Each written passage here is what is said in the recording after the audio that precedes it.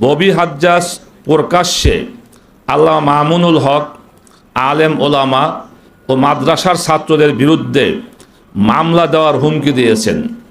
এটি অত্যন্ত বিপজ্জনক প্রবণতা।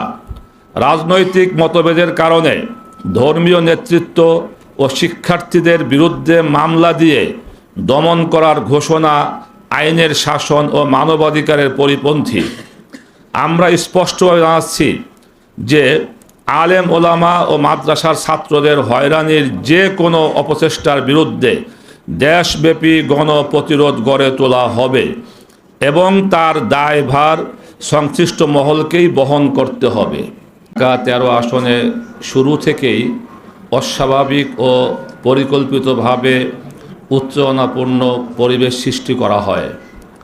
বিভিন্ন কেন্দ্রে রিক্সা প্রতীকের এজেন্টদের জোরপূর্বক বের করে দেওয়া হয়।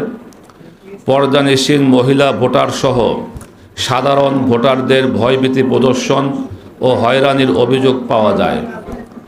কেন্দ্র পরিদর্শনে গেলে বাংলাদেশ খেলাফত মজলিসের আমির ও ঢাকা 13 আসনের রিক্সা প্রতীকের প্রার্থী আল্লামা মামুনুল হককে কেন্দ্রে অবরুদ্ধ করে রাখা হয় এবং শেষ পর্যন্ত সেনাবাহিনীর সহায়তায় কেন্দ্র ত্যাগে বাধ্য করা হয়।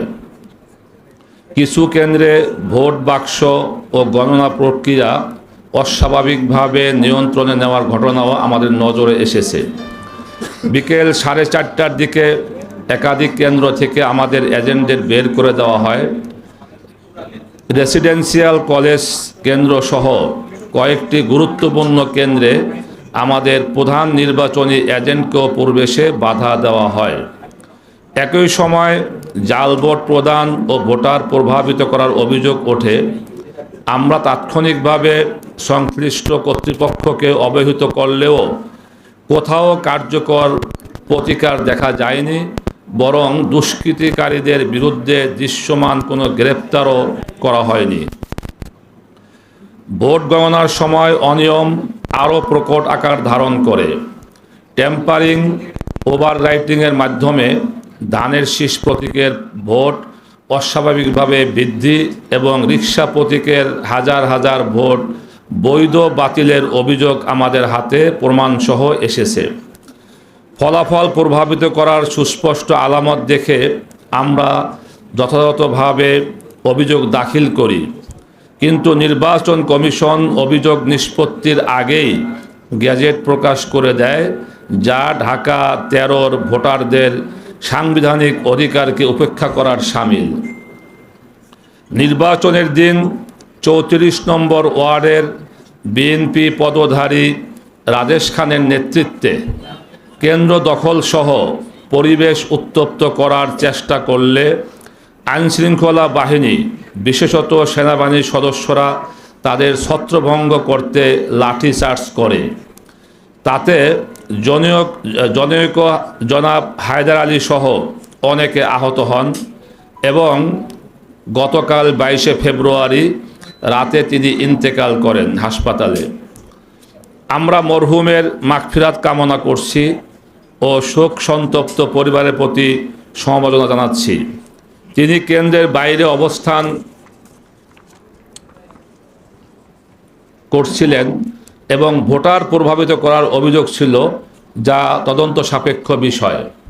কিন্তু একটি প্রশ্ন অনিবার্য, কেন এমন পরিস্থিতি তৈরি হয়েছিল যেখানে একজন নাগরিক আইনশৃঙ্খলা বাহিনীর লাঠিচার্জে গুরুতর আহত হন?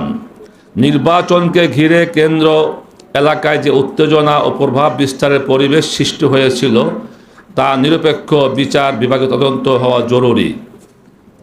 প্রিয় সাংবাদিক ভাইরা, আমরা লক্ষ্য করেছি বর্তমান সরকারের শিক্ষা প্রতিমন্ত্রী এবং বিতর্কিত ফলাফলে নির্বাচিত সংসদ সদস্য ববি হাজ্জাজ এই মৃত্যুর পূর্বেই হাসপাতালে উপস্থিত হয়ে রাজনৈতিক বক্তব্য দেন এবং আল্লামা মামুনুল হক সহ আলেম ওলামা মাদ্রাসার ছাত্রদের উপর দায় চাপানোর চেষ্টা করেন।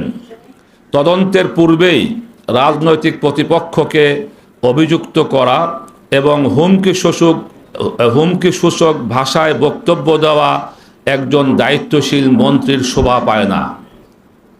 আমরা সরাসরি কাউকে অভিযুক্ত করছি না, তবে নির্বাচনের দিন সৃষ্ট উত্তেজনাপূর্ণ পরিবেশ, পরবর্তী রাজনৈতিক ভাষ্য এবং একতরফা দোষারোপ এসব মিলিয়ে জনমনে স্বাভাবিকভাবেই প্রশ্ন তৈরি হয়েছে। সেই প্রশ্নের জবাব দিতে পারে ঢাকা 13 আসনের গোটা নির্বাচন নিয়ে একটি স্বাধীন ও বিচার বিভাগীয় তদন্ত। এছাড়া আমরা গভীর উদ্বেগের সঙ্গে জানাচ্ছি, ববি হাজ্জাজ প্রকাশ্যে আল্লামা মামুনুল হক, আলেম ওলামা ও মাদ্রাসার ছাত্রদের বিরুদ্ধে মামলা দেওয়ার হুমকি দিয়েছেন। এটি অত্যন্ত বিপজ্জনক প্রবণতা। রাজনৈতিক মতভেদের কারণে ধর্মীয় নেতৃত্ব ও শিক্ষার্থীদের বিরুদ্ধে মামলা দিয়ে দমন করার ঘোষণা আইনের শাসন ও মানবাধিকারের পরিপন্থী। আমরা স্পষ্টভাবে জানাচ্ছি যে আলেম ওলামা ও মাদ্রাসার ছাত্রদের হয়রানির যে কোনো অপচেষ্টার বিরুদ্ধে দেশব্যাপী গণপ্রতিরোধ গড়ে তোলা হবে এবং তার দায়ভার সংশ্লিষ্ট মহলকেই বহন করতে হবে। আমরা আরও সতর্ক করে দিতে চাই, রিকশা প্রতীকের সমর্থক, এজেন্ট বা নেতাকর্মীদের বিরুদ্ধে যদি মিথ্যা মামলা, গ্রেপ্তার বা হয়রানি করা হয়, তার পূর্ণ দায় সংশ্লিষ্ট কর্তৃপক্ষকে নিতে হবে। চোখের সামনে ফলাফল বিকৃত হওয়ার অভিযোগ থাকা সত্ত্বেও আমরা তাৎক্ষণিক কঠোর কর্মসূচিতে যাইনি, কারণ আমরা অস্থিতিশীলতা চাইনি, কিন্তু আমাদের দায়িত্বশীলতাকে দুর্বলতা মনে করলে তা হবে মারাত্মক ভুল। আমরা লক্ষ্য করছি, ববি হাজ্জাজ, যিনি শেখ হাসিনার নিকটাত্মীয় এবং দীর্ঘদিন ধরে সেই রাজনৈতিক পরিবারের অংশ হিসেবে পরিচিত, এখন অপপ্রচার, চরিত্র হনন ও প্রশাসনিক প্রভাব ব্যবহারের মাধ্যমে একই রাজনৈতিক সংস্কৃতির পুনরাবৃত্তি করছেন। অতীতের দমন পীড়নের রাজনীতি এদেশের মানুষ প্রত্যাখ্যান করেছে। সেই ধারার পুনরুজ্জীবন জনগণ মেনে নেবে না। সরকারের কাছে আমাদের প্রশ্ন, যার নির্বাচনী ফলাফল প্রশ্নবিদ্ধ এবং যার বিরুদ্ধে কারচুপির অভিযোগ উত্থাপিত হয়েছে, তাকে শিক্ষা মন্ত্রণালয়ের দায়িত্বে বসিয়ে সরকার জাতিকে কী বার্তা দিতে চায়? শিক্ষা মন্ত্রণালয় ভবিষ্যৎ প্রজন্মের নৈতিক ও মানসিক গঠনের সঙ্গে সম্পৃক্ত। সেখানে বিতর্কিত ব্যক্তিকে প্রতিমন্ত্রী করা জনগণের আস্থাকে ক্ষুণ্ণ করে। ঢাকা 13 ঘটনায় শেষ নয়। নেত্রকোনা 1, সিলেট 3, চট্টগ্রাম 5, ফরিদপুর 2, শরীয়তপুর 1, সিরাজগঞ্জ 3, মৌলভীবাজার 4 ও গাজীপুর 3 আসন সহ বিভিন্ন স্থানে আমাদের এজেন্টদের বের করে দেওয়া, জাল ভোট প্রদান ও ভোটারদের ভয়ভীতি প্রদর্শনের অভিযোগ এসেছে। নির্বাচন পরবর্তী সময়ে ঢাকা 13 সহ কয়েকটি আসনে আমাদের সমর্থকদের বাড়িঘর ও ব্যবসা প্রতিষ্ঠানে হামলার ঘটনাও ঘটছে। ইতোমধ্যে সারা দেশে অনেকে আহত হয়েছেন, কেউ কেউ এখন চিকিৎসাধীন। 23শে ফেব্রুয়ারি গভীর রাতে মোহাম্মদপুরে জুলাই হত্যা মামলার সাক্ষী ও রিকশা প্রতীকের সক্রিয় সমর্থক ইব্রাহিম খলিলের উপরে সন্ত্রাসী হামলা হয়েছে। তার হাতের হাড় ভেঙে গেছে বলে চিকিৎসকরা জানিয়েছেন। আমরা এই হামলার তীব্র নিন্দা জানাই এবং সংশ্লিষ্ট সাক্ষীদের রাষ্ট্রীয় নিরাপত্তা নিশ্চিত করার দাবি জানাই। আমাদের দাবিসমূহ: 1. ঢাকা 13 আসনের ফলাফল বাতিল করে নিরপেক্ষ তদন্ত করে ব্যবস্থা গ্রহণ করা। 2. জনাব হায়দার আলীর মৃত্যুসহ ঢাকা 13 আসনের গোটা নির্বাচনী অনিয়মের বিচার বিভাগীয় তদন্ত। 3. ইব্রাহিম খলিলের উপর হামলার সুষ্ঠু তদন্ত ও দোষীদের দৃষ্টান্তমূলক শাস্তি। 4. সারা দেশে নির্বাচনী অনিয়ম তদন্তে স্বাধীন কমিশন গঠন। 5. রাজনৈতিক হয়রানি ও মিথ্যা মামলা বন্ধ করা। 6. সারা দেশে আমাদের নেতাকর্মী ও সমর্থকদের উপর হামলা, মামলা ও হয়রানি বন্ধ করা। সরকারকে অবিলম্বে আমাদের এই ন্যায্য দাবিগুলোর ব্যাপারে ব্যবস্থা গ্রহণের আহ্বান করছি।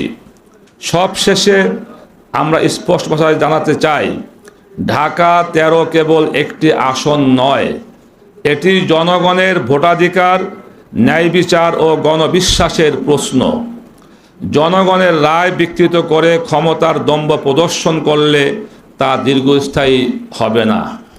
জনগণের অধিকার প্রতিষ্ঠার প্রশ্নে আমরা আপোষহীন। তাই জাতীয় সংসদ, আদালত ও রাজপথে কর্মসূচি ঘোষণার মাধ্যমে আমরা আন্দোলনের পথে অগ্রসর হতে বাধ্য হব। আসসালামু আলাইকুম ওয়া রাহমাতুল্লাহ। জালালউদ্দিন আহমদ, মহাসচিব, বাংলাদেশ খেলাফত মজলিস।